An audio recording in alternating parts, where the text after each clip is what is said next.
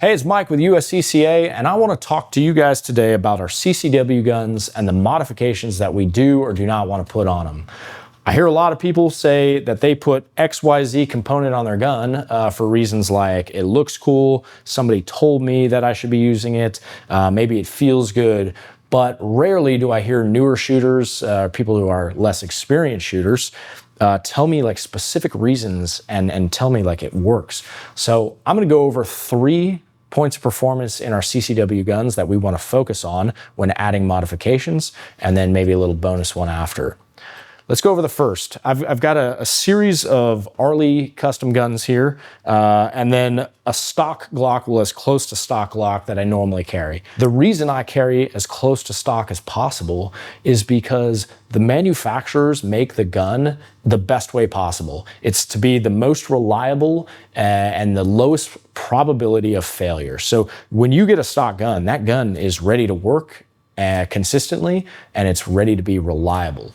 But what do? Well, we want it to perform slightly better. We want it to have a shorter trigger. We want it to have a better grip. So we start modifying it to be better performance.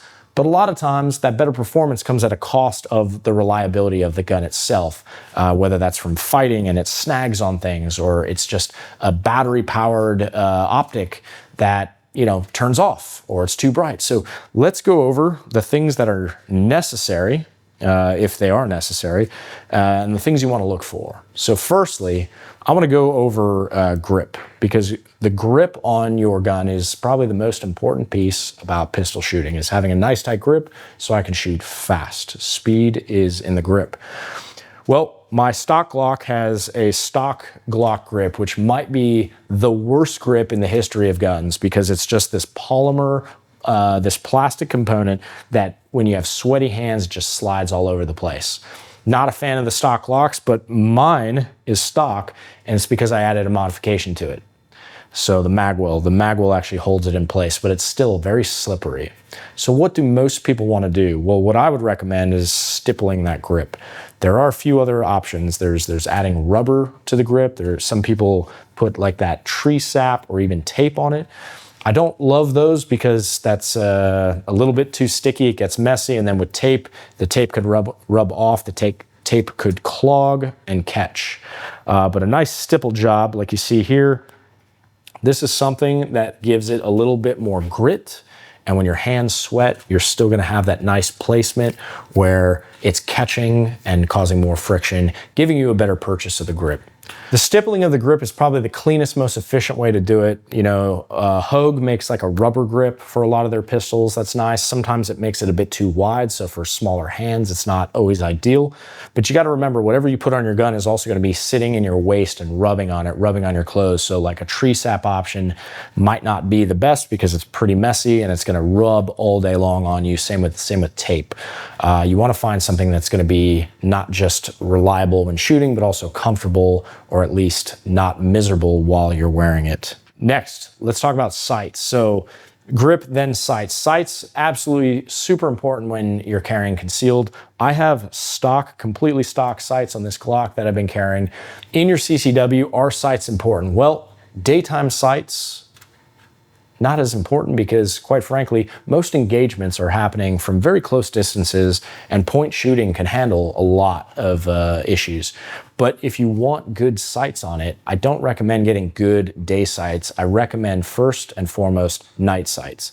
Night sights, whether they're raised night sights like here on this Glock, or they're raised night sights on this Glock, night sights, glow in the dark, Trijicon makes night sights as well that are not raised. This is something that's so essential, because most of the home defense instances where you're going to pull your gun from your bed, it's not in the daytime. When you carry in the daytime, that's fine too. But if you don't have night sights, you're going to be really relying on your point shooting, which you can't even see at night, or like a red dot or a flashlight. So your glow-in-the-dark night sight's probably the cheapest and most bang for your buck modification you could add to a CCW that's going to help you in like all-around situations. Highly, highly recommend that. The other thing you can do is always go to like a red dot sight. So We have a SRO from Trijicon here, and we have an RMR here from Trijicon. Not a huge difference for you in a home defense situation, but there are differences in the optics themselves. This is a big optic window, gives you more visibility. It's also a bigger print, so when you're carrying concealed, it shows and exposes and pushes, and it's just more space you gotta carry. The RMR has a smaller box window. A lot of people who shoot this find it a little bit harder to find the dot. But I always recommend when you're using red dot sights, don't rely on the red dot, rely on your natural point of aim shooting and your normal iron sights. And then that red dot kind of enhances what you're doing.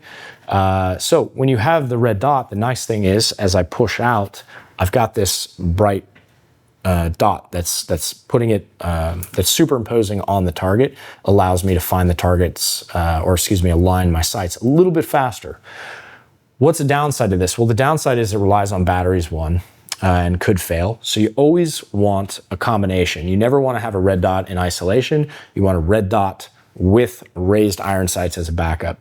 But two, the problem with this is, does the red dot adjust to the light?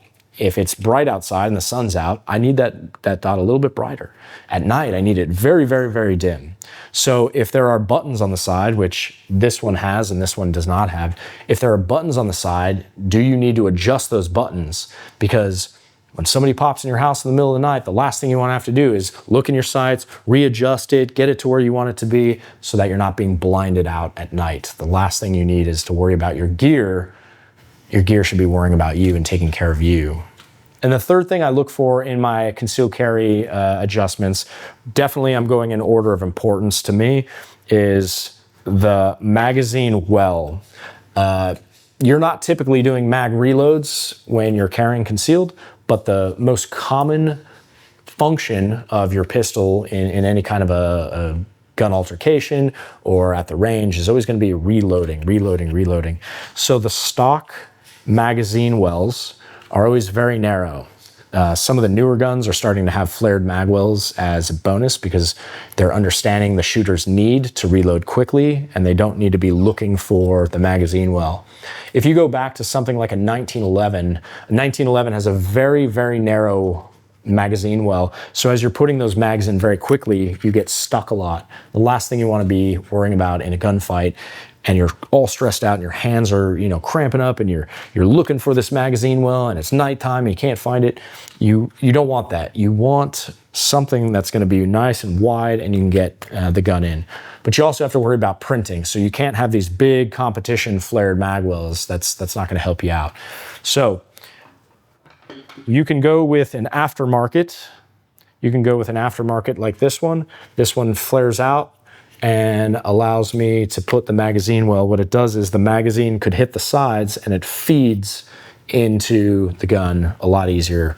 This one I believe is from Zev, but there's tons of aftermarket parts. The biggest thing you want to look for with aftermarket parts is, does it hold on stable and reliably, and does the anchoring point or the screw that holds it in place, does that come loose? Is this a piece you're going to have to worry about becoming a liability, or is it going to help your shooting?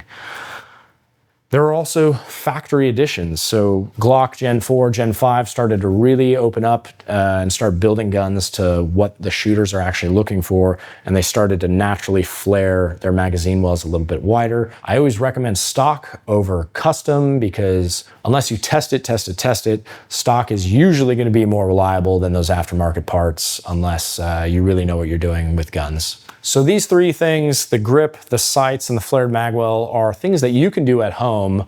You don't have to do it at home. You can have a gunsmith do it, but these are things that you can do at home without a gunsmith reasonably and do it properly and reliably. Something else I want to mention, though, that you would take to a gunsmith is Cerakoting.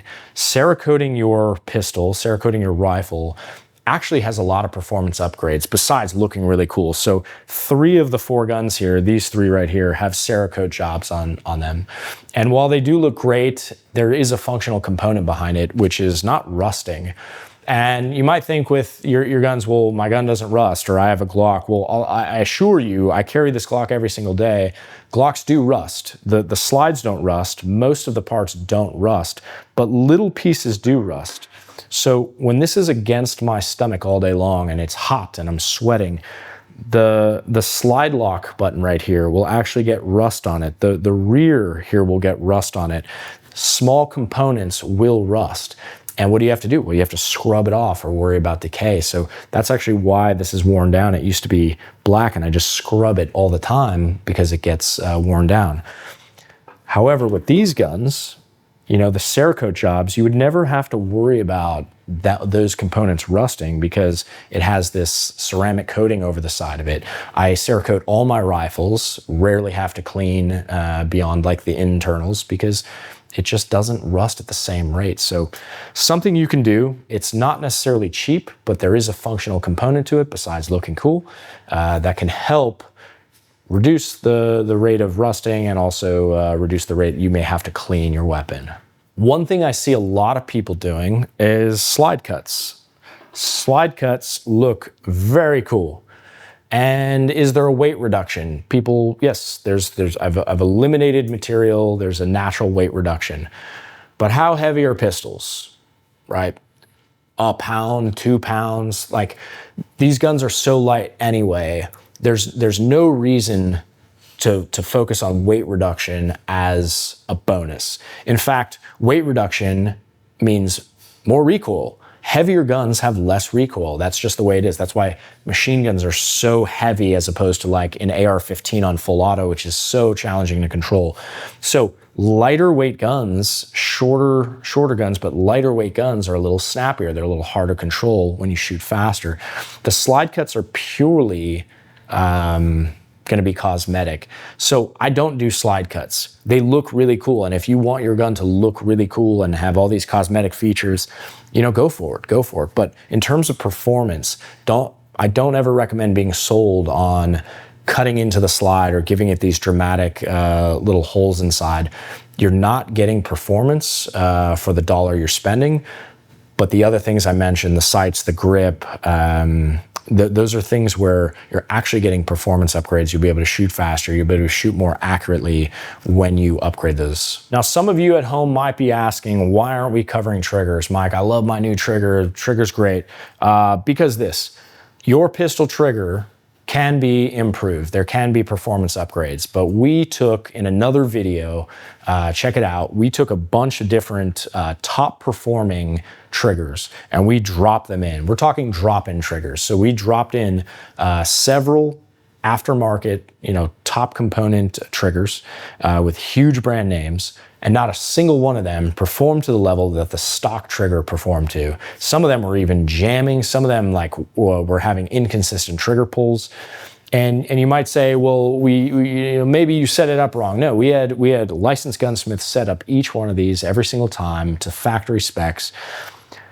Can you drop it in? Yes, absolutely. But we're not necessarily getting better performance out of these drop-in triggers. If you want a better firing gun, maybe just think about getting a different gun rather than getting an upgraded trigger, because once you learn any stock trigger, you're going to be quite good with it. I never recommend going into the aftermarket with the internal components unless your licensed gunsmith is doing it with factory components. The aftermarket components don't work for me the same way that they're marketed to do. Hey, if you like this video, go ahead and hit that like button and as well subscribe. I would love to hear from you at home, what kind of mods you put on your gun. First, give me the category. Is it grip, sights, what are you putting on? And then maybe even throw out some brands in there. I'd love to hear from you what everyone is putting on their guns. You know I like to keep things stock, so whatever you throw at me better be good stuff, because I don't want to hear that you put some aftermarket trigger that nobody's heard of and it works for you, because I've tested out so many of these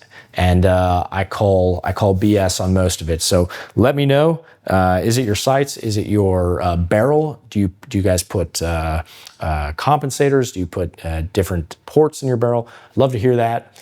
And as always, continue training, because that's how we move forward and that's how we progress.